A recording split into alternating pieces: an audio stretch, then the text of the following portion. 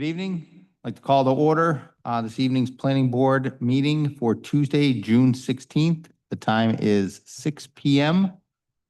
Roll call for this evening. Present is myself, Matthew O'Neill, Vice Chairman, Jean Gagne, planning board members, Perry Kellogg, James Nicholas, Jeffrey Russo, Patrick Lemp, town planning staff include our planning fellow, Diego Martin, our minute taker, Chloe Chanot, and our assistant solicitor for planning and zoning. Despite what it says on the agenda tonight, it is not who it says it is tonight. It is Jim Murphy. Jim Murphy. Thank you. I was going to say James Murphy, but that'll work. First order of business on the agenda this evening is our approval of minutes. We have one set of minutes for this evening, the May 19th, 2026 minutes. Motion approved. Second. I have a motion, seconded. Any discussion from any members of the board? All right, hearing none. All those in favor? Aye. Aye. Opposed? All right, motion carries 6-0. All right, next order of business is changes to the agenda. Are there any changes to the agenda from any members of the board this evening? Or members of the planning staff or our esteemed solicitor? I think we should move some of the items around. Yeah. No? All right, good deal. No change. Old business this evening, we have none. New business this evening, we have none. Which jumps us right into our administrative officer's report this evening. And our first order of business on that is what we're here for tonight, which is the advisory to the town council for the bus garage. Either my Boston's gonna come out or my bad trying to remove my Boston's gonna come out, but the place where you park your cars. Yeah, there you go. That place, alternatives, we're gonna talk about today. The bus depot, how's that? I can say that word. Diego, go ahead. Yeah. So as you'll see in the agenda there, you have attached a memo prepared by the planning office, just kind of outlining the work that's been done both at the last meeting and then up until today. At the previous meeting, board members asked planning staff to look further into. Yep, yeah. Is this good? Yeah. Awesome. So at the previous meeting, board members asked planning staff to contact the bus company directly and get more information just regarding the utility needs, and then identifying any potential challenges that any of the sites that were previously listed might present. In part 2, feedback provided of the memo, there is all of that information included. With regard to the utility capacity that's needed. I spoke directly with Director of Transportation, Scott Fredsbo, who confirmed that for any kind of future bus location, there would need to be a facility that supports a 500 kVA transformer with a capacity for a maximum 350 kilowatt load at 550 amps. If board members will recall also, at the previous meeting, there were kind of 10 parcels that were presented. Of those parcels 3 and then 6 through 10, Director Fredsbo gave feedback and said those were not feasible due to their locations being too far out of the way, which would result in all routes increasing in a length and a time beyond what is operationally feasible. Question? Yes. Ask questions while he's doing it? Or? Do you want to give the summary and then we can kind of run through the questions? It's up to you. I mean, Well, he's going into detail. I think we just missed things. If we can do it. Okay, let's either move way. along. So their current facility, do they have that electrical configuration installed currently? They do. They So do. that is Has it been up? that is what is existing at the 18 Springbrook facility. Okay. Has it been, was it upgraded? When was it last upgraded to get it to that level? Do we know that? I'm unaware of that information. So if we would have that and know what the cost is, that would be good. Thank you. Okay, for sure. I have a question on the power usage as well. Do you know if it's single phase or three phase? I'm unsure on that. Okay, But I can also find out. yeah, Yeah. find that out. I don't know, do we have three-phase power throughout town? I imagine there are places where we don't have three-phase power, right? And that's a big cost to bring in three phases. So. I don't know what they, they have a crane there, like an overhead crane or something like that. You'd need a big electric motor in order to, a 8 horsepower electric motor which is fairly large for electric, to require three phases. Now, just charging doesn't require three phases. It requires a higher load, but it doesn't require three phases. Okay. I can definitely reach back out to Director Fredsbo and find out what phase it is. It may not be an issue, like with the sites that we have. I don't know where there's three-phase power and where there isn't, but that's a consideration.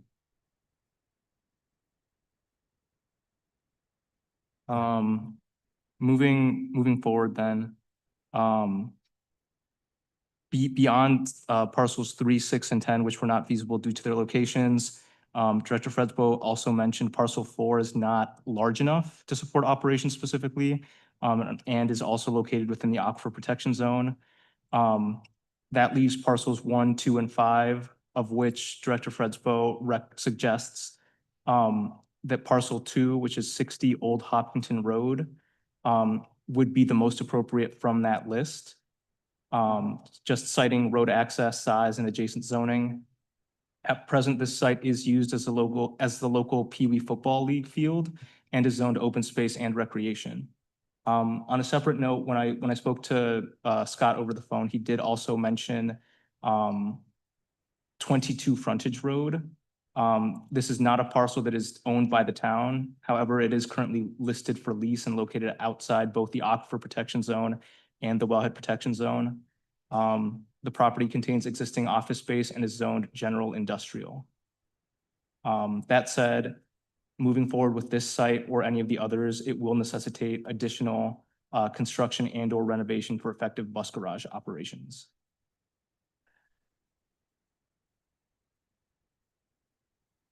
Okay, go ahead. Trying to wrap my head around who owns the buses, who's responsible for the maintenance of the buses, who's going to be responsible for infrastructure changes to any site is determined to be feasible. I mean, I'm used to these districts that are like Gatco Transportation owns the buses, or some other company owns the buses. I don't have a clear understanding on how we handle our buses, and are we locked into all electric vehicles, or can we make a change to those, or is there a change in the works that maybe we don't want to get involved in all this electrical upgrades and go back to diesel or gas? So a number of questions in that whole thing. So I know the answers to. All right, yes, right. Okay, so, because I asked this question of members of the school committee, we own our buses. And the employees down there that are working on either maintaining, driving, all of that, they're all town employees, the school employees, town employees. Because if you're a school employee, you're a town employee. So it's all in-house.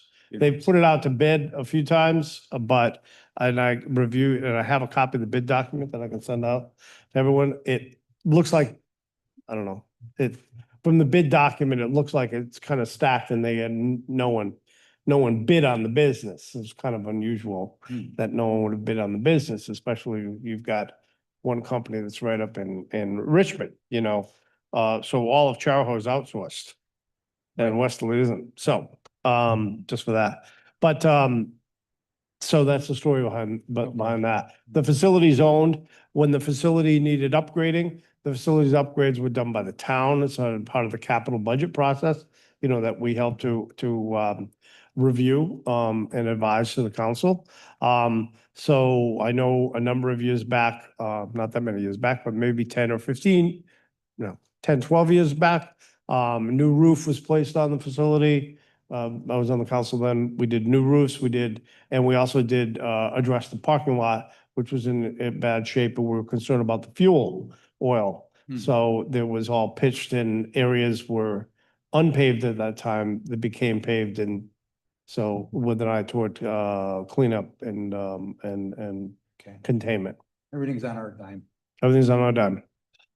Thank you. Question on that. Has anybody looked into why we didn't get any bids? Many towns do hire first student or, whomever, and we're taking on that burden ourselves. Seems odd. Are we doing something that might dissuade folks from bidding? I don't know. I will forward it. Oh, Mike. Oh, Mike. I don't know. I will forward it. That's the first thing that came to mind, having done bid documents and RFPs for different companies in the past and the Washington Trust a number of times for at least six different systems there.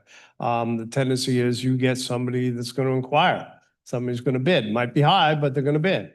But the last time they put this out, I was told by a school committee member that there was no bids, no responses to the offering. Did, just out of curiosity, because you had looked at the bid documents the last time. Yeah. Did the bid documents have a dollar value in the bid? I do not know. I didn't look that. You asked the question why I've been on a lot of municipal contracts, Right. and I can tell you the number one reason why people, at least people in my industry, don't bid on it is when we look at what the maximum contract value is and what it would cost us to service the contract.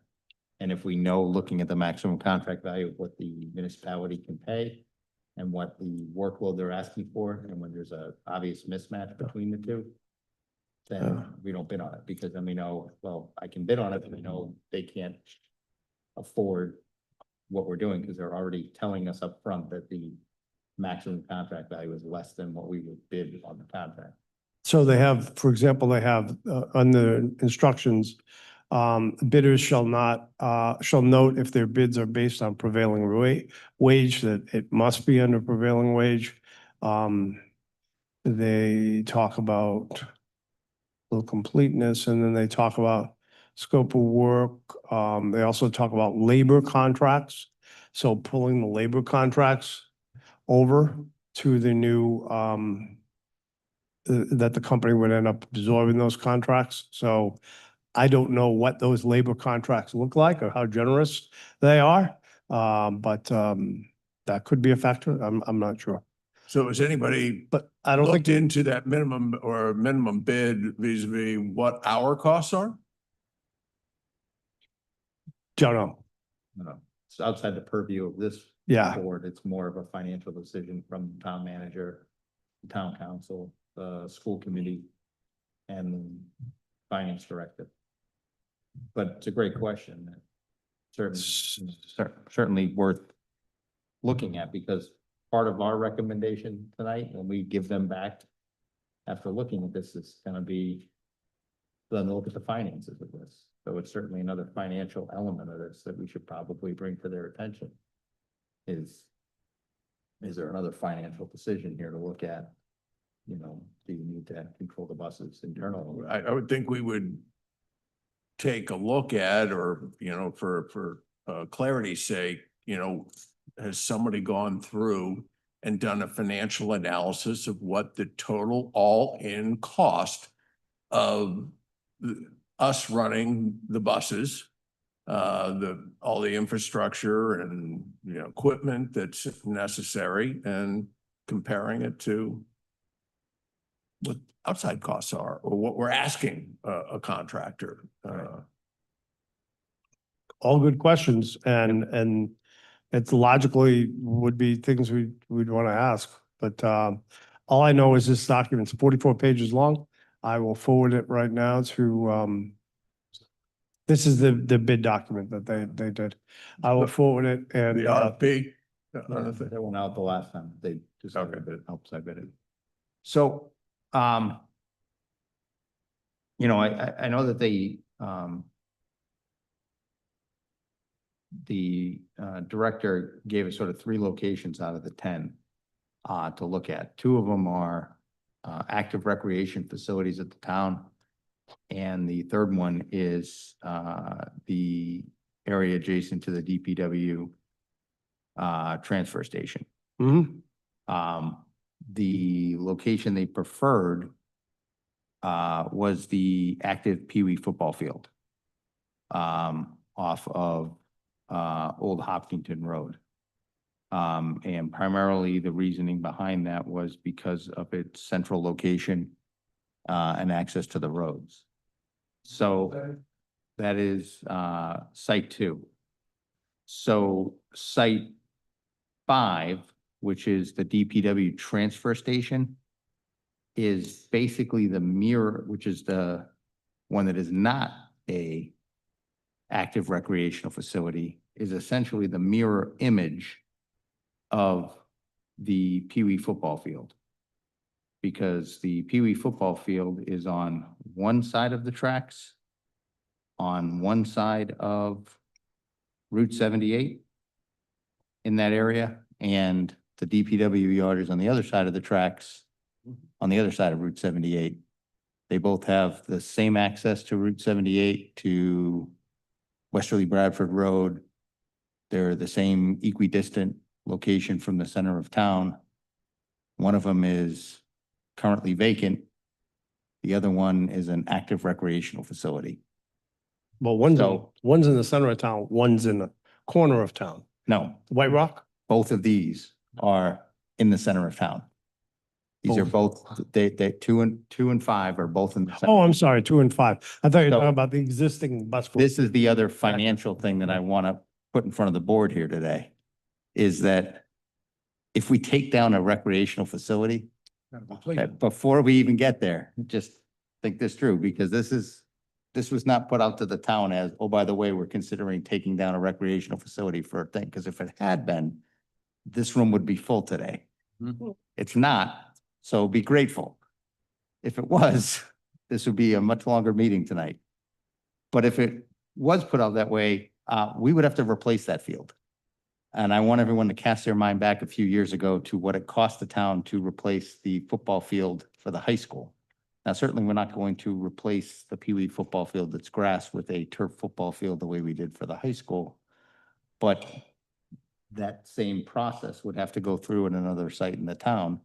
So you'd have to go through this whole same process to replace another recreational facility with that. So if you had to choose between the 2 facilities, they're There's a point- equidistant. It's a- Those are poison pill sites. Yeah, They were put exactly. in there, they're poison, they're not real. I just found it, Yeah. that was the facility, that the superintendent and the transportation director said, this is our first choice. So I'm just throwing it out there that the other location has all the same benefits as their first choice. It just doesn't require us to have to spend any money to rebuild a facility in the town or take down a recreational facility for kids. So Well, there's a big question I have with the existing garage that we have there now.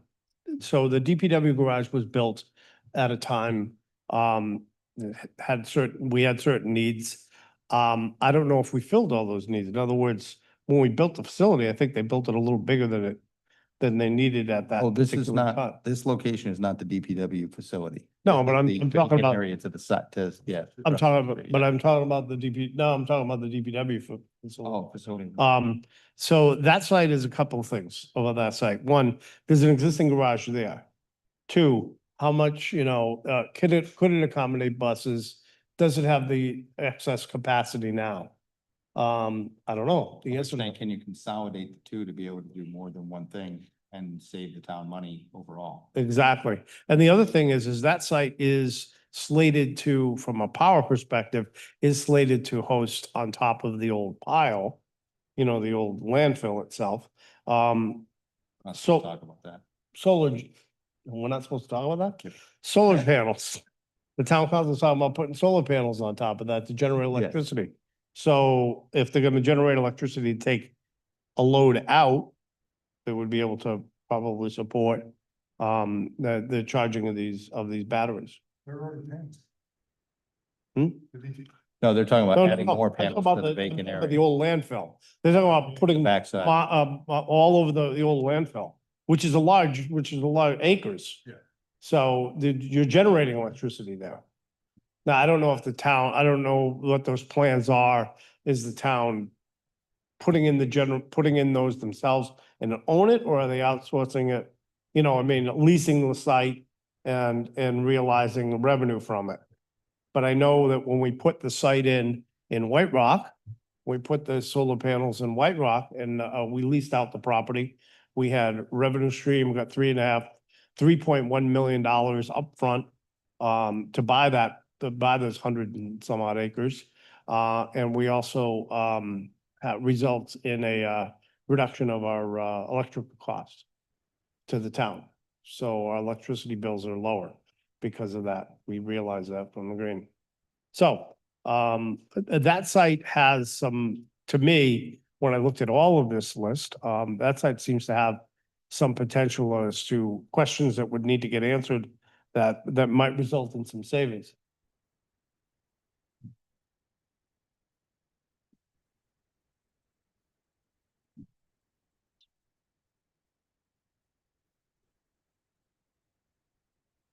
Oh, one other thing in there too, back over 10 years ago, we put in, at the time, there was a lot more vehicle maintenance going on because we did not have a vehicle replacement program in place. Since then, for the last decade, we have a vehicle replacement program in place so that we're putting money away on a routine basis. And when things reach the end of their service life, they're being replaced. Why you see all these white trucks around, the new town trucks, it used to be we try to keep them patched up and the determination was from a liability perspective and a cost perspective, didn't make a lot of sense. So we now have a vehicle replacement program that's a decade old.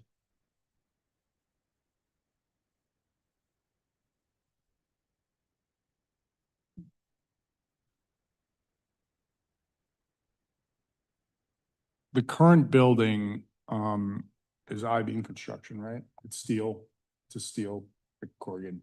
The current, DPW? no, bus garage. No, I believe it's stick built. It is. I think it's stick built. Huh. Okay. Didn't look like it from the outside. Might not be, but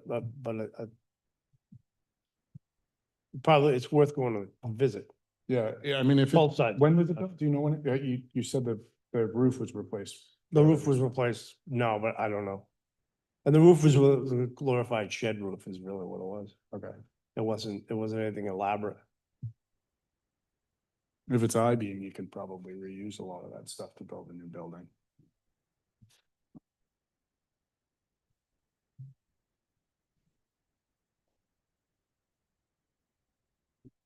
I think the idea of, talking to DPW and seeing if they have space there is a good idea. I think that's something we should, I think. they're going to, if I had to guess, they're probably gonna Well, tell us to kick rocks. I would say, I mean, if you look at the aerial photo of the Public Works Department and the transfer station, and you look at the Pee Wee site that's, diagonally across that intersection of Route 78 and Westerly Bradford Road, and the relative size of the two, there is a space in between as you pull up past the Public Works Department and the transfer station. There's a space between those two properties. That is about maybe half to maybe 2/3 the size of what the Pee Wee Field lot is. So if you had 2/3 the size of the Pee Wee lot and the ability to use a portion of the DPW lot to expand that facility up to the edge of the transfer station, does now that fulfill their needs? And that puts it outside the transfer station gate, accessible through the existing DPW infrastructure so that you don't have it beyond the transfer station So you're not asking DPW to open up the transfer station for the buses to come in and out on days when the transfer station isn't open. It's already something that's accessible. You know what I mean? It's outside the gate. So it's an available space in between those two. It doesn't take away from Stand Up for Animals. It doesn't necessarily take the space across the street from it that is the dog park and the recreational facility. It doesn't necessarily interfere with the transfer station operation. It doesn't take away from the area on top of the landfill where they want to put solar panels. It sort of fits in between the two of them, and it's centrally located in the town without taking any recreational facilities away. Matt, which? Is site it the do- best option? Matt, which site do you Probably like? not. I don't know. No, I'm not. I'm just looking at it now. I mean, Yeah, I think if I had my choice, I'd probably take the site we don't own. Because at the end of the day, we're trying to jam a square peg into a round hole because we own these properties. So the first, choice is that we don't have to pay, we don't have a lease, we don't have to pay anything because we own the property. So what can we repurpose that we already own? The site that they mentioned that we don't own that's up for lease actually is already set up and suited for our needs without any work for it right now as it is. It's already has a building with bay doors with all set up with office space and parking and everything else for the buses already lined up. So you could move into that facility as is, and maybe you can't do bus maintenance there, but if you did the bus maintenance at the DPW yard, you wouldn't necessarily need it. That's the 22 site frontage. frontage road, which is not in your, it's not, there isn't a thing for it in the packet, because it would be a lease. But it's 22 frontage road, is that right? 22 frontage. So I got a question here, and I'm just sitting back listening to this, and feeling, They're a all little that same. perplexed here. Has anybody gone through and independent of, I don't know, whoever it is, the town manager here and evaluated these sites and independently come up with a cost analysis of what is the best site? No one's done that yet. They're asking us from the planning standpoint. They just asked us for our opinion on, from a planning standpoint, is there any issues with any of these sites in terms of planning and zoning for any of these locations? And our first reaction was, we have no idea what you need. Right. Tell us what you need first, because otherwise we're just throwing darts at a board. So we asked them what we need. So they came back and said, well, this is what we need. So this is the first cut, is they came back and said, well, these 6 sites don't work for us, because the first question we asked was, well, how do we even know that any of these sites work? They may not have access. They may Right. not have power. They may not have roads that are sufficient. They may be too far away for the buses, which is exactly what they came back with. There's no access. It's gonna add too much time. We can't run the buses out of there. Like, we looked at it last meeting and said, well, all the schools were in an arc, probably need Right. something in the middle, which is what they came back and said, yeah, we need something in the middle, because that's what makes the most sense. So all of these sites that they're picking, they are all literally on this, they are all within the intersection of Westerly Bradford Road and Route 78. The Pee Wee Field's on one corner. This is frontage road here. And this is the area for the DPW yard. So 1, 2, 3. But they're town-owned sites, right? These two are town-owned. No, These two are town-owned. This one here would be a lease. And there's another one, And there's another one which is. State of Rhode Island. Providence Plantation. Well, it says Providence Plantation still. The But other, anyway, State of Rhode Island. If you look at right in front of Larry Hirsch Lane, there is a DOT garage there. And anybody's driven by that DOT garage, yeah, this right here. it's underutilized, meaning like I've hardly ever see activity there. You know, you do in the wintertime, sometimes you'll see some trucks in there. Mostly you see police cars in there. But look at the size of the property on the GIS. It's huge. So I'm sorry, which side is this? That's this front thing, when you first come into the transfer station, Yeah. when you come off of Westerly Bradford Road on a Larry Hirsch Lane, when you first come in, you notice there's a small, building there. Yep. That's owned by Rhode Island Department of Transportation. Okay. What he's saying is that whole parcel, this whole piece right here leading up to the edge of our property. Yep. Is all owned by Rhode Island Department of Transportation.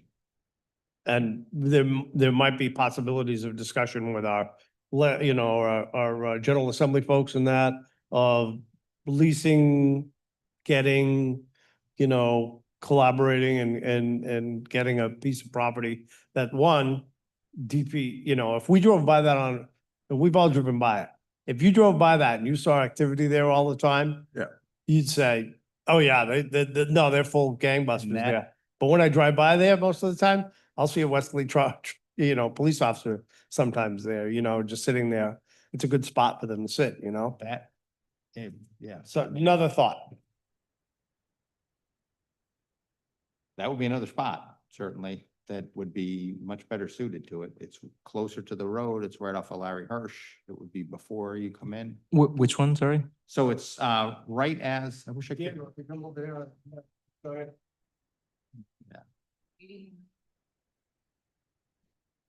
Yeah. Right here. Okay, look at the size of that property. Okay, it's huge. And this is the garage, and that's the salt pit. Mhm. And there's a, the only other thing that's on there is a, cell tower. So there's three pieces of equipment on there, a cell tower and that and the other. Right, oh yeah, salt pit. You don't need all of it, you need water. Right. I can make sure to jot that one down and present it to the town manager. Yeah, I think now might actually also be a good time to mention, I feel like the way that I understand the conversation is that this is supposed to be a dialogue that's, ongoing between Yeah. board Yeah, members. yeah. I think that next steps, whenever this discussion comes to its natural halt, I would report back all of this to the town manager, and then depending on, where this discussion goes, there could be further correspondence between the town manager and the chair, or there could be a working session between the town manager and the board. Just to keep you all informed. I would think, Mr. Manager, sorry. Mr. Chairman, I think you would appoint a third person like you did initially to get us here on, okay, EV buses, we could have a three-person subcommittee of the planning board to meet with the town manager and go through and knock through some ideas. Just to facilitate. Yeah, I mean, I don't just to want to, make- I don't want to speak out of school here, but I mean, it seems like we're all sitting here saying that there's other options here that are better than the town properties. As we're. Could sitting be. here talking about. Should be investigated, Yeah, we realize, right? realize full well under Rhode Island, under the Rhode Island goals out of central statewide planning and other goals, a high goal is preservation of water, of drinking water, et cetera. This is a municipal water supply that supplies two communities in two different states. So I would think that they would probably look favorably upon a discussion. I know the Rhode Island Department of Health probably would. But there's something to think of. So we're looking at what, 2050 now? Get the state involved, it's gonna be like decade. One thing that I think is worth mentioning, and this came up when we were going through the capital improvement budget. It was a question that I raised of the school committee members who were there. Remember when we had the meeting with Sean? Oh, yeah. We're replacing these buses. We continue to Right. replace. And the question that I had came up was, we've all seen comprehensive plan, the projection, the enrollment projections continuing to go down, right? That's the projection in the comp plan. I want to make sure we keep that in mind, both when the school continues to ask for one-to-one replacements on vehicles. And two, when we're sizing this site, it's like, you know, if the, you know, in 10 years, the enrollment's gonna be how many fewer students? 200, 300 fewer students, whatever it is. We should think about that, and that should be a consideration here. I think you asked an excellent question with regard to these buses. The economics of these buses are, they were for reasons other than economics, they were favorable. In other words, they wanted to be green, so that they talk about that. Oh, no, they were favorable because there was grant money. So they were Oh, economically. wait a minute, but favorable at the time we purchased it. that's a garbage favorability, because when the grant money comes in, that just skews that skews the economics of it. There Right, you go. but what happens when the grant money stops up and dries up? Right, so, and these are where my understanding is when it comes to maintenance of these, we're outsourced the maintenance of these buses. We don't do them in-house, and yet the other buses, we do them in-house, so. To be fair, maintenance on an EV should be a lot lower than maintenance. Oh, should be, yes, absolutely. It's brake pads and Yeah. windshield wipers. Yeah, Rather than it's. oil and it's not- everything else. Just Yeah, to- just to that's what lay it all our makes. cards on the So table. it's a much, yes, Yeah. absolutely. And they go through all that assessment, but you asked, I think, a very pointed question of, does it make sense? Because, right, We did have this information and I can remember the number. Does anybody recall? From the report? Yeah, I don't remember what it was. they got, but I think what our job here, to do our job as advisory is, I think we present options. And I think we did a good job tonight of finding, potentially, while looking at the map, finding another option. Number one, but I think that, and I heard the discussion on outsourcing. So, and then there's the discussion of, do we, or do we remove some but not all? Meaning, like, does it make sense to remove the EV buses from that site and not the others? Because again, to your point, as you just said, they don't do that much maintenance on them. In other words, that's the hazard, and we want to get that out of the area.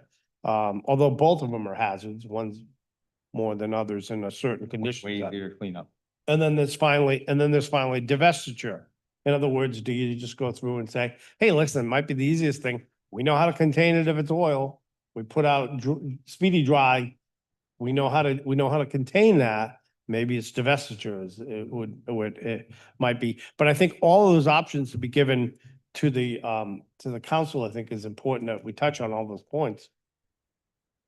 I think it'd be good to look at the 22 frontage road building too. When they start getting into numbers, to Pat's Yeah. point, like, you know, what's it gonna cost for us to build this new building versus, you know, what's the lease gonna cost? Or- Or maybe we could see if we could get them to sell Or not build a building. or not build a building. Because if you do end up putting something down there at Larry Hirsch Road and you're using the existing DPW building and using those facilities for both purposes, maybe all you need is a parking lot. What do you mean at, frontage road?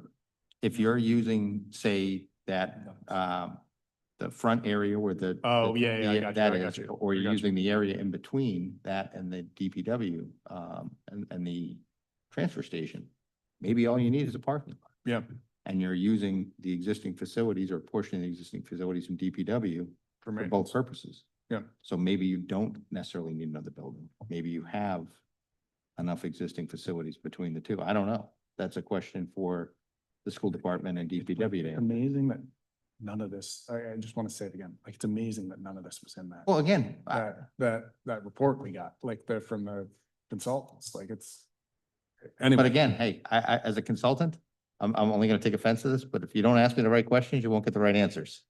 So if you don't ask me to think outside the box, I'm gonna think inside my box. No, I'm just kidding. It's all the scope of work, and I think what's the most important thing for us is to define what our scope of work is in advisory capacity to give back to the council and say, hey, here's some options. And oh, by the way, outside of the box, here's some land you don't even own, but we probably will be able to utilize. Yeah, and the one thing I think we should recommend to them, right off the bat, I know, and I'm just gonna come back to it because again, It's in the comprehensive plan, and that is our Bible here is the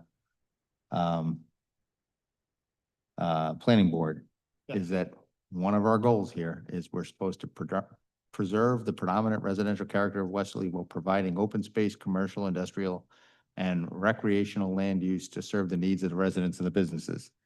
And there's a whole big section in the comprehensive plan when we start talking about OSR, open space and recreation land, Oh, yeah. that talks about all the different open space recreation land in the thing, and that every single one of them has been designated for a reason, for a purpose, and should be maintained at all costs. So Mhm. if two of the locations that we're designating on here are Okay, existing recreational, Can we? we probably should just say. Can we just make, let's just deal with that now. Let's just, I'm gonna make a motion that we remove the recreational. Well, we don't have to remove them. We just say we're gonna recommend against them. Well, why not? Why don't we be definitive? If we make a motion and we vote, then the planning board speaking with one voice, we're definitive. So I make a motion that we remove the recreational lots or sites from consideration. Any other discussion? All right. We have a motion's been seconded. All those in favor? Aye. All right, motion carries 7-0. That was easy. All right. No recreational facilities. Problem solved. No one had to come here and yell at us tonight for that to happen, so that was great.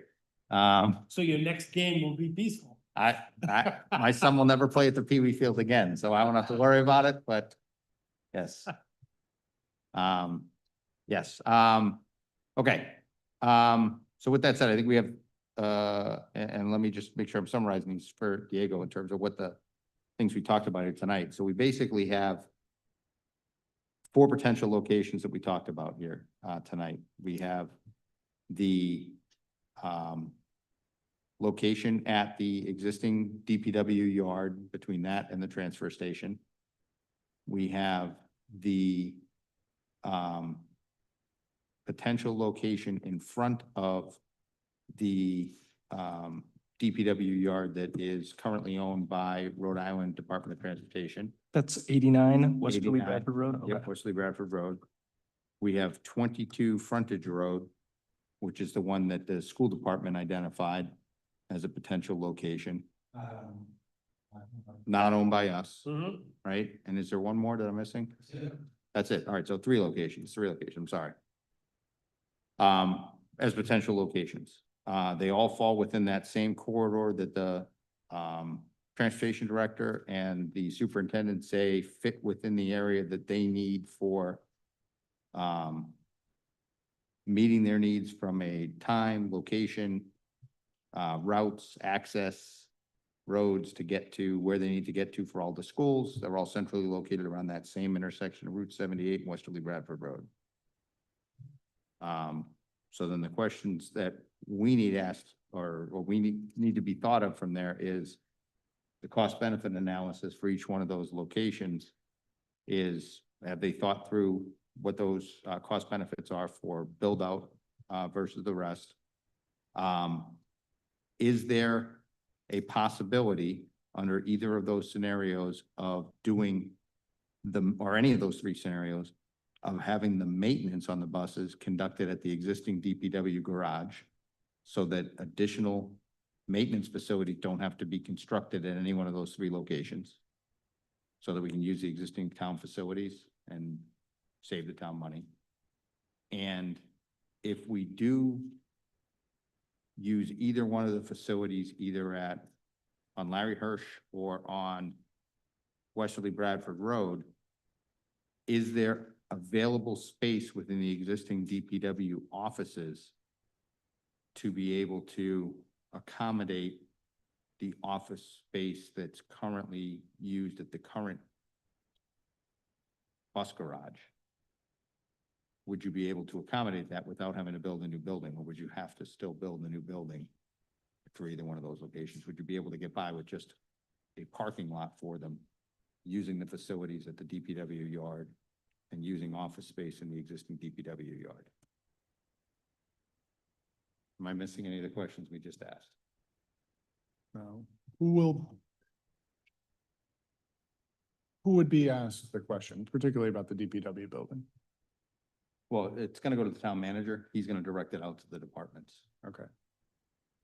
I may be wrong in assuming this. But is it likely that the director of DPW is gonna be like, no, sorry, we don't have any space, even if they might have a little space? Is it worth a site visit from Is- us? The question, I mean, I don't know. I might be wrong in assuming that, but that would be my assumption, even if they do have plenty of extra space, that they don't want to share it. the question he asked is that of human nature. Yep, and I think I would say that, Are you saying trust but verify? Is yeah, that what you're getting at? We should Might go- not even leave the trust board in there. we should. So well, I think so I think the first element of that though is you have to ask. Or you can to ask first before you can assume, right? Ask. before you Well, I assume. think, Yeah. well, actually, no, we can make inquiries. You can make inquiries, yes. We can make inquiries, and that's all we're doing, making inquiries. So even on the needs assessment side, as to what do they need for office space with Right, regard and to, that's, I think, what I the think question. all of that, I think site visits. Because I don't know by- what they have at the current DPW, the Right. current bus depot. So site visits to all of these things, to look at it and say, okay, this is how I've big done- it is. Yeah, I've done 3 bus depots in my career. where I've Yeah. gone and have to do remediation at them. And I can tell you, all 3 of them, the office space in it was basically a lunchroom, a locker room, and one office with like a desk and a dispatch office. Yeah, That they're was it. tiny. They were tiny. There was But- not a lot of room or space or needed. It was basically a locker room and a lunchroom. That other site has office space. That's why I'm saying that would have office space already, Yeah. but they would need maintenance facilities. So, but the other one would need maintenance facilities and some office space, and I don't know what they have for facilities there. So I think, I think we need to go, as individual planning board members, I think we need to go and see the site. So I would ask that we have the manager, again, we go visit the sites. So let's arrange to go visit those sites through the channels, through the manager's office. Yeah, so let's let the manager go back and look at these sites first, and then we can arrange a site visit when they get further along in the process. Yeah, when they decide which, because they may get to a point where they rule out one of these because it becomes untenable from a cost standpoint. We save our time going out to look at it. So when he gets further along in the process, I think we'd want to go out and look at it. Yeah. But yeah. We'll see what they come back. We'll see what they come back. Awesome. I'll make sure to pass that along. All right. Thank you, Diego. That's awesome. This was actually a really good Good- discussion tonight. Good memo, by the way. Yeah, this was great. There was a lot of meat in there for us to tear at. That was good. It was really good. Trying to be concise. Did anyone else have any more that they wanted to talk about with the bus depot? Because I'm not going to say that word again or even make an attempt to. No? Okay. Next item of business then on the agenda is the future agenda and monthly report matrix. The only thing that I wanted to point out on this is that we are coming up here in August on our planning board annual report. And that is something that we have to start putting together because we're gonna have to present that, I believe, in September, I think. I have to present that to the board. I'm not sure on the exact date, but I can also verify. What's that? I'm not sure on the exact date that you guys would have to present Yeah, it. I can't Yeah. remember if it's September I have to do that or October. I can't remember which. But it's something I'll follow up with Aiden on it. This will be a weird one this year. Usually we're patting ourselves on the back for all the extra meetings we had. And this year it'll be for the less meetings we had, but yet the staff themselves probably put forward way more administrative permits than we probably ever have before. Right? I mean, if you guys have driven around town, you've probably seen a lot of construction going on that has never seen this board on things that probably would have come to this board before the new rules went in place. And I get asked all the time, people ask me, they're like, hey, what's going on over there? I was like, I don't know. Doesn't come before the board because it doesn't have to. Right. So hats off to these guys for all the work they're doing behind the scenes right now, because a lot more of these are going to the administrative staff, and they're getting a lot on their plate here, so I appreciate all the work you guys are doing. 'Cause I Well, know that- it's a lot. It is, they're doing a great job. But it also leads to anxiety in the community because they're used to seeing it. So, one of the agenda, items I'd like to talk about is how do we get a more, a meteor feedback loop into those projects, attached to our agendas so that the public gets a viewing of those, that knows what went through. For example, the church on Spruce and Park it went through administratively. The church on Park and Spruce. So I'm not familiar with that project. Oh, okay. Yeah. It did, but it did. Aiden, I spoke with Aiden about it, and it's all good. They're staying within the footprint of the building, et cetera, et cetera, et cetera. So all reasons why it wouldn't be here before this board. But sites like that, there's a community level of sensitivity. So I think we just need to incorporate some level of transparency. Here, go and look and click on this on the report, and you can go see what the status is of that. Yeah, it was approved. It's staying within the footprint. Because as soon as I say to anyone, it's staying within the footprint of the building, it all disappears. It evaporates, any concerns they have. Yeah, and that's usually what I tell people too. I'm Yeah. like, if it doesn't change the footprint of the building, it doesn't get any taller, it doesn't need a variance, it doesn't come before the board. So, That information's available if somebody wanted to look it up, right? no, they could look it Yeah. up, yeah, if they wanted to, yeah. Well, could they If look they- it up online? Yeah, I guess Yes, they you could could. look it up online Yeah, you now. can look at anyone. They could look it up online now. Yes, oh yeah, you can. Yeah. If you You want know- to make it easy for them. that's You know, we something might- different, we- but that's yeah, more we may effort on wanna- These guys to do. You may want to do a Zoom recording of how easy it is to go look stuff up. I was just typing on the keyboard. Yeah. Yeah. We got a TikTok, and do your TikTok of how to do that? Diego does it. Any other questions or comments on any of the projects that are in construction and review? I don't think there's any that are due to come back before us until there's one I thought that was in October that's supposed to come, or October or September. What was it? No, there was something. Oh, the Venice, that's what it was. We had extended the Venice's expansion approval through October of 2026. And I don't recall if that ever got done. Is that gonna have to come before us again for another expansion? Because I can't remember if that was the second expansion or not, the last time they were before us. I thought that was the second expansion, a second extension. So It was, wasn't it? The second one. And I don't remember that happened. I'm not privy on this project, but I Okay. can check. No, with it's fine. I Aiden. mean, I Yeah. just, when I was reading through it, I saw it and it kind of popped in my head that, oh, that was something, I don't remember the construction going forward, so. It may already be done, and I just don't remember it, so it just popped in my head, so I figured I'd ask while I was looking here tonight. But other than that, I didn't see anything that jumped out at me. Scrolling through, unless anybody else had any questions on the projects in review. No. Okay. Diego, anything else you wanted to add? No. All right, so then we are up to my absolute, oh, go ahead. So if you look at planning projects and future agenda items, we have a number of things in here that have not yet been assigned in. Okay, so for example, post-approval updates on applications, which is kind of like the same thing I was talking about, that was put out by Mr. Lawler back in 2024. Abandoned properties, there was a discussion on the definition of abandoned properties. Another hot one, short-term rentals. Short-term rental ordinance, the council's wrestling with this as, along with a lot of other communities. In fact, there are communities that are putting forth ordinances and are going into court and fighting to defend it. I think I think it's. We're still waiting on the new Rhode Island general law, right?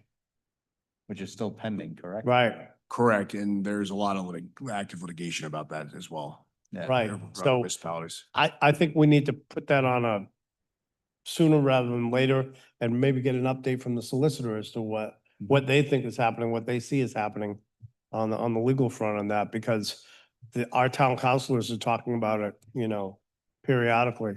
And the board probably needs to get up to speed on it. Like, would we treat it like, remember the old bed and breakfast overlay districts? You could only have a bed and breakfast in these particular areas. Is it that? Is it something else? Is it okay to have, for me to have one on Narragansett Avenue, a short-term rental versus on Uzi Drive down in Musquamaket? I mean, do we treat those two areas differently? Are they, should they be? Is that fair? We're not even having those discussions. The Westerly Marina, another thing that shows up. That comes up on from the town council, probably good once every 3 or 4 meetings, I would say. Right, they mention, what's happening with the marina? Well, we probably should, Nothing. LMI tracking, right? Then we get this, and then we get the housing affordability. Yeah, a And lot where- of these. Where, turn into where are LMI. we with that joint meeting? Yeah. And so any of these things, advisory on Atlantic Avenue, how much discussion on Atlantic Avenue? All the properties that have been acquired along Atlantic Avenue, especially on the pond properties. Mhm. And we need to work probably with, again, the job here under Rhode Island general law and under our own ordinances and under the comprehensive plan is to look at the long-term growth of the town and long-term impact and try to make sure that it's most beneficial to the most. If it makes you feel Citizens. better, bottom one, we made progress on tonight. We made progress on the bottom one, yeah. And that's a big one. That is The a big one. water is important. And again, that site, I think when we do update on that site, we should probably include in there the fact of that site could be used for housing. For low income, for affordable housing. To reclaim the site, the old That bus old garage site After it's been. and the property behind it. The old bus garage site. They could be reclaimed and you could, hook in with Habitat and find yourself So it's with funny you should say that. affordable um, housing. Because as I was looking at the sites that that they said couldn't be used, because, when I looked at the sites before I looked at and I'll make this pitch, only because you're gonna bring it up, so I'm gonna say it. I was gonna leave this alone, but I'll say it. When I was looking at the sites and, they couldn't be used because, they were too far away, couldn't be, addressed. There is a site on, Westerly Bradford Road heading out towards, the lacrosse fields, which is a pretty large site, which at first glance I said, oh, look at that. It's perfect. It's got, it's right at the confluence of 91 and Westerly Bradford Road. It's right off the highway. It's got an access road right off there. But it's too far away from all the schools. It's closer to where the old, Bradford School would have been. So there's no school out there except for Dunn's Corner, I think is the closest school to it. And then it's far away from everything else. So I get why it's too far away from the other schools to make it reasonable for the buses, the routes, the timing, everything else. But at the time when I was looking at the 22 frontage road and thinking, oh, we have to get a lease for this property, we're gonna have to pay for the lease somehow. What would the town have to pay for the lease? In the back of my mind, I thought, wow, that property over there on Westerly Bradford Road would make a really nice housing complex if we were to sell that off to a developer and use the proceeds from that to purchase the property at Frontage Road, and then we wouldn't have to worry about it being another property. But again, we don't get to make those kind of decisions, but at the back of my head, I thought, wouldn't that be a nice, But you get to Trade-off. you get to make those kind of recommendations. make those and then they can make recommendations. the decision. there you go. That's all we do. So- We recommend. So, there's certainly some of those properties, if you wanted to horse trade for them would be, certainly an option. But anyways, neither here nor there. That's way down the road. Because it's may not be, we may have other better options with the properties we talked about at the transfer station. See, I wasn't gonna bring it up, but since you mentioned low-income housing, I figured I would say it. We need it. I don't know if this is a thing that's ever done, but we've got a number of items on here, including this bus garage that we've gotten into. is it worth it? Or is it done that we have a joint meeting with the town council to like talk about some of this stuff? No, No. no, we do not want to do that. Okay, I mean, there's a lot of items. It does. What's that? Long term, it does. But I mean, our job is to take their goals. Our job's to, Our job is to figure out what their goals are and then and to then, try to and then to advise incorporate them. that into the Yeah. long-term plans. Our job is to be, apart from to be a nonpartisan body, apart from the politics of the town council, to be able to discuss things freely and openly and give them a recommendation that then they can debate, and come to a decision on. We don't want to be pinned down in the midst of their debates back and forth. It's, uncomfortable, and would be less than productive if we were there trying to make like the discussion we had tonight was pretty good. It was a very good back and forth as we all kind of kicked around ideas and riffed off of each other as we were talking about this stuff. I've watched a lot of town council meetings over the years. I'm sure everyone here has watched a lot of town council meetings over the years. I don't remember a town council meeting being that, Did you see it more than a decade ago when we'd sit here and we'd work through all the goals? And you scored them, right? Ourselves and the chairmen from the various committees also, and planning board members were here, but they scored the various things like affordable housing like this, like that, the various roads, do we need to do more roads in that? And then we had a batting order. And the ones with the most vote was a batting order. And that went out to the staff and it worked pretty well. To your point, they should be, working these goals and then they get communicated to us. And you make an excellent point after being there, and I've watched through plenty of them where it's just no fun and it's not productive. It's counterproductive and it actually kills good ideas rather than helps to promote good ideas. I mean, look at the thing, I mean, there were a number of different discussions that have gone on in this town that have been very, very difficult. Airport discussions, the cutting of trees and what the position should be, and that went on and on and on. The dam has been one recently, there's been another one. The Westerly, Marina was one. So all of those things are, I agree. Our job is to do practical and long-term. What would you do if it was your house? Would you put the new roof on? Or would you just go with the cheapest shingles, or would you go with more reasonable, those kind of things? I mean, that's what I think. No, I'm with you. In a perfect world, James, yes, it would be great if we could all get together in a room and say, yes, let's do this. I just don't think it would end up being a very productive or practical meeting. To James's point, I do feel like I like the idea of being proactive versus reactive. I feel like a lot of what we do is sort of reacting to, projects, obviously, but as far as the town is concerned, how can we be proactive to come up with ideas and sort of It's actually. elevate them? It's actually a very valid point. I would say, and you can probably bring this to bear. When I first got on this board, all we did was react to what was coming in. In the last 3 years, we've actually gotten more proactive on certain things where we saw there was an issue that had to be addressed. So and then brought that to the town manager and the town council's attention to get, to have them affect change and fix it. The sewer issue is something that we brought forward to them to have them address that and get it fixed. The water issue. So now there is actually a plan in place where when somebody goes before it, they have to do the same process that they go through to find out if there's enough water. They have to do the same thing now for the sewer. That process wasn't in place before. We brought that forward to them and said, this is something that needs to happen because we can't do our job effectively without, we can't keep reacting to half the information we don't know. We need to know this, so you have to come up with a process. So we took that to them. John, myself, and,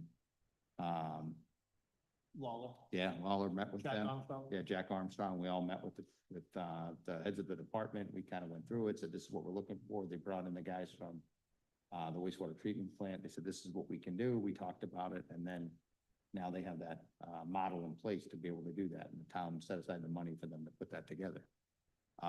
This issue with the bus depot came out of your site visit, right?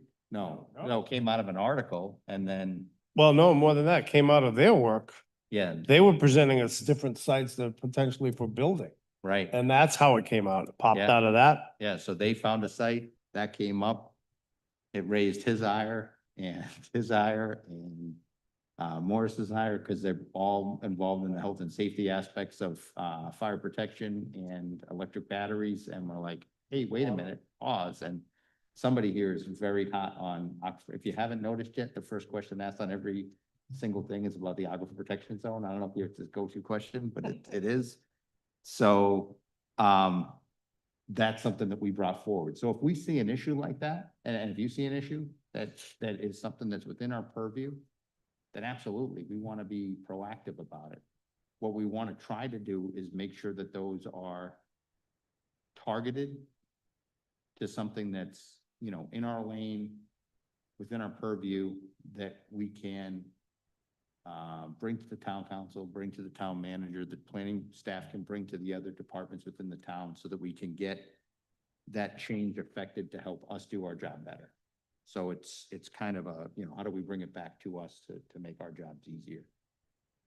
And to that point of proactive, this Thursday at the Pawtucket VFW at 6 PM, there is Breslin Realty Development Corporation, which is out of New York, is there for proposed commercial and residential development, which will be on our water supply, by the way, at 480 and 534 Liberty Streets in Pawtucket.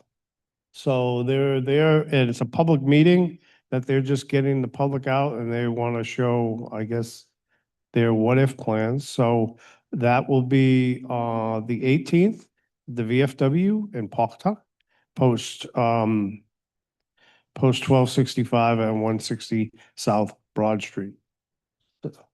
Yeah, next to the high school. Next to the high school, exactly. Mhm. So, I plan on attending, just to find out what and who, and we'll get on it, but, no, good stuff. Like I said, it's Well- about water. So, I mean, in light of this discussion, why don't we, and, you know, we're talking about how a lot more decisions are made administratively. We don't have, you know, we don't have to do quite so much of that. Why don't we rank these things that we have on here and start putting them on our agenda and start, you know, like, start tackling them? I have one I'd like to add. Should I wait until that's not, you know, it's a little ways down our agenda or future agenda items, but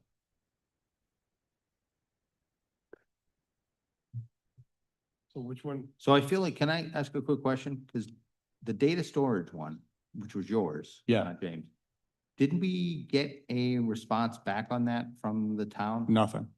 I thought- haven't heard. I haven't thought we seen- got something back from the town manager on that, didn't we? I haven't seen anything. If you did, I'm not privy on it. I thought he gave us that in person. He explained it to us during his presentation on the capital. This came up after capital improvement. James, can I ask, what was the question? So data storage is a little bit of a misnomer. When we were talking, it came up when we were going through the capital improvement budget. And there were a couple items in there about additional data storage, a lot of the, you know, town records, documents, whatever, being stored electronically now. My concern was, or question was, do we have built-in redundancy? Do we have cold storage, meaning completely offline, you know, physical firewall? And that was like the concern and the question. All of these records that were once, kept in a filing cabinet down in the basement, I guess, I don't know, are now being, a lot of this stuff's being put online. And in the capital improvement, one of the capital improvement projects was to increase storage. Digitizing. Yeah, digitizing records and my question and concern was, do we have built-in redundancy that is entirely offline? Do we have a server that we like have to physically plug a hard drive into to update these records? Do we have a process by which that happens? Has anyone thought of that? So that was does that answer? Yeah, Yeah. Do you have penetration testing? How often do you have penetration testing? And all You got a that stuff? server that's unplugged, well, like. You have various levels of defense is what you have. Yeah. You have hot sites, you have, So so I guess the question, redundant, and maybe the way to yeah. tackle this, easy enough is, well, I'm guessing is, yeah, exactly, yeah. So we Yeah. have an IT department here within the town. Oh. And it might be easy enough to have them, just basically update the planning board with what those procedures are that we have in place. So we know what's currently being done. And then you can ask the questions of them, so then they can report back with whatever else it is that we're looking. Yeah, I think that was what we had agreed to do. we're gonna get. I we were love- gonna get, and we didn't. I love transparency, but I am against bringing the IT, bringing a manager here and talk. Oh, yeah. it's Okay, very- from a security. So, but I am for appointing you, Mr. Chairman, appointing a smaller subset of this body that could go and meet offline, not on camera, and provide that. There's certain things in town No, you're right. we don't know about. You're We don't- absolutely right. we don't We should see. not be giving. There used to be map. IT security procedures up to the town over Right. the internet while we're sitting here. It's And at one- probably not a great And idea. at one time, you could see maps of water systems Yes. in the United States. You cannot see those anymore. Mm-hmm. So there's all sorts of very good reasons for for security reasons that we wouldn't, but I think appointing a subgroup and making sure that we have at a high level the answers to those questions Yeah. and saying, no, the subcommittee is satisfied. And The basic question is, for me, is are these items being backed up to cold storage? And how often is that happening? And that's it. I mean, I'm not an expert, but I don't know what percentage, what we're doing on the cloud. I don't know what we're doing physically here. I don't know what's connected, what's not. Mhm. To me, and I'm not an expert, but I think that this is like fairly common sense to have this, something that is entirely offline. Right. Towns are, I mean, we see it like fairly regularly in the news where towns So- are like held hostage, So what cold storage is you take something completely offline and you have a hard backup. And if you get hacked during this 24-hour period, you'll lose some of the business you have, transactions you have happen today, but you come in and you wipe all your servers clean and you rebuild it, and you take a restore from that cold storage, and now you're back to as a business yesterday. 30 day, if the Right. procedure's every 30 days or however often it is, then you've only, well, it should Well- in an ideal world, yes, but that requires somebody physically going and, It all depends on someone physically. So if you've already contracted with a hot site and you have a hot site, they'll do cold site transfers like that, nightly backups that happen and take it offline. It's expensive. It's a- Every yeah. day is expensive. that's Every- expensive. But if the town had, a server room, a cold storage server room, like that could be back, I don't know. None of it, we don't. know. Well, you don't have it, So- well, again, from an IT perspective, you do not keep everything in one building either because you have. And just That's so why we're you getting have this out cost. right now, we are speculating wildly because we have no idea what the town has at all. We should probably stop speculating. There are 'cause duplicates For the of- very same reason you said not to mention it. There so- are, there are duplicates of the planning board at another. At another site, location right now. There's. Having a meeting, Another meeting. not talking about this. Exactly, just to be clear. All right, that is fine. But I agree with Do you- James. Do Wants you, to set James, do you priorities. wanna, I mean, you know what you're looking for, right? Do you wanna run point on this? Yes, I can Okay, in October. October. Okay. I that's will, fine. I will, yes. October. Not right now. Yeah, yeah, not right now, because you are in summer mode. Yes. Yes, Yeah, I'm happy to. okay, And I'll email Sean and I'll figure that out. okay. Can I- Um, Can you Yes. appoint me also to help him? Would you like to help? him? He's the chair, but yes, Okay, there you go. it was my business for 20+ years, so. All right. Yeah. So there's Great two of you job. guys. we All got right. an expert. All right. And the only thing, like I said, I would like to add something to this. I can wait Yes. until we get there on the agenda if you prefer, or, Add, to the list. yeah, I mean, board questions and future agenda items is a couple. it is one item away. I have no problem unless there's anyone clamoring to hear from the Assistant Solicitor for Planning and Zoning's report. Well, I could just end that now. I have nothing to report, so. Okay, in that case, then by all means, please go ahead. Okay, so one of the things, again, that came up in capital improvement was, and we're talking about it a little bit tonight again, all of these properties that the town owns. Mhm. And I would like to have an accounting of them. I would like to know what they're used for, what the proposed use is for them. And roughly what they're costing us and what they're projected to cost us. We identified several sites, the building on Canal Street, they wanted a new roof and some other stuff, and I'm like, why are we putting $150,000 in this building when like, we don't know, oh, maybe we're gonna use it for a kayak or a rec facility at some point. But I mean, the town owns a lot of properties, and it would be good to, it would be good to know what we have and what, what the plan is for it. Assuming there's a plan and assuming that from one council to the next, that plan can actually be implemented reasonably. And just take a look at all of that and see what we might be able to recommend, offloading, getting back on the tax rolls, getting in use. Which brings us back to how do we make enough money to purchase a property? Exactly. Potentially at 22 Frontage Exactly, Road? exactly. Yep. So that's what that's something that you can call it, you could put it under abandoned properties. I if was you just want gonna to. say, it's already there. It's. I But that's would say that's not town abandoned. No, it's not, but But I you would could- say abandoned and underutilized, I would say abandoned properties and underutilized town properties. Okay, And tack those two together because they really go hand in hand. and I'd gladly add that up this winter too. Libertarian that I am. I love winter, James. Go getter. I call my wife Summer Kelly because, school ends and then free for the summer.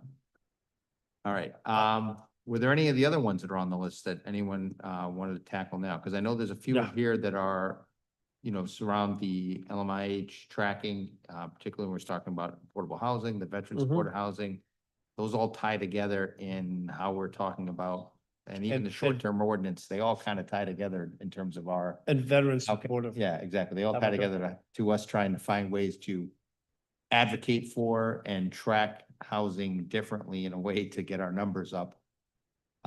Which I know we're already tied into the existing petitioning to the state. So I we're believe kind that. of already pushing that forward on a different front for different reasons, Well, and but yeah, yeah. but what I'm pushing there is about working together. It's Working not together, about, yeah. no. No, Working it's together. working together, yes. So all of these kind of tie into that. But when's the The- Affordable Housing Committee coming? What, do we have that date yet? We do not. Confirmation? We don't, No, we don't. they won't I have to talk to commit. Aiden. Yeah, I know. I gotta talk to Aiden about it. So Okay. I will get back to everybody with that. The last one is the advisory town council on the 328 Atlantic Avenue. Yeah, that's part of your underutilized properties for that. Well, I didn't get an answer from rec on that one yet. So in terms of what they want to use the property for, so that's all I'm waiting for is what they're looking for. I think you break those properties out a little bit. Yeah. Because the pond properties, because some of them were bought so that they couldn't be developed, meaning like, This one was a bought- retreat position and all. This one was bought. So the This one was pond, gonna all be the a parking pond, lot. all the pond properties, we'll call them the pond The properties. plan was for parking, Yeah, and now Parking, we've got a building that they wanted They a bunch wanted- of money for apartments, right? yeah, yeah. because it was already building. Well, there's there. multiple there's multiple apartments properties there, so it was Yeah. like, can we use this Yeah. for apartments and use it for LMI? Yeah, so- and recreation and some recreation. Yeah, recreation, yeah. Yeah. Again, I think it's, yeah. So I think, That's, I'm I trying think, to answer. I think that's separate than underutilized. Yeah. You're This right, is, you're this is right, not so yeah. much an underutilized, but how. We're never gonna be able, we're never gonna get rid of those properties, you know what I mean? oh, yeah, Yeah, Those, all right. yeah. Are they actively used as apartments? Yes, They are. Yes. there's tenants in there now. Oh, okay. Yeah. How does one apply for that? Is it just advertised as, I think there were tenants in there when we got the property. so they've just stayed there? No, I thought there was tenants already in there when we got it, because I think we bought it during the season. So. Well, I mean, the next question would be, is it similar to the marina? Like, what are they paying and who's there and I mean, I don't know. Yeah. We talked about how much do they want for it? It was a good bit to, I don't know. All right, any other ones that we want to try to tackle between now and then?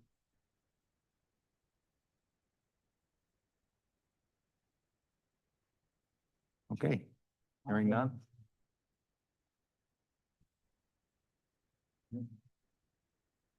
Thank you, Jay.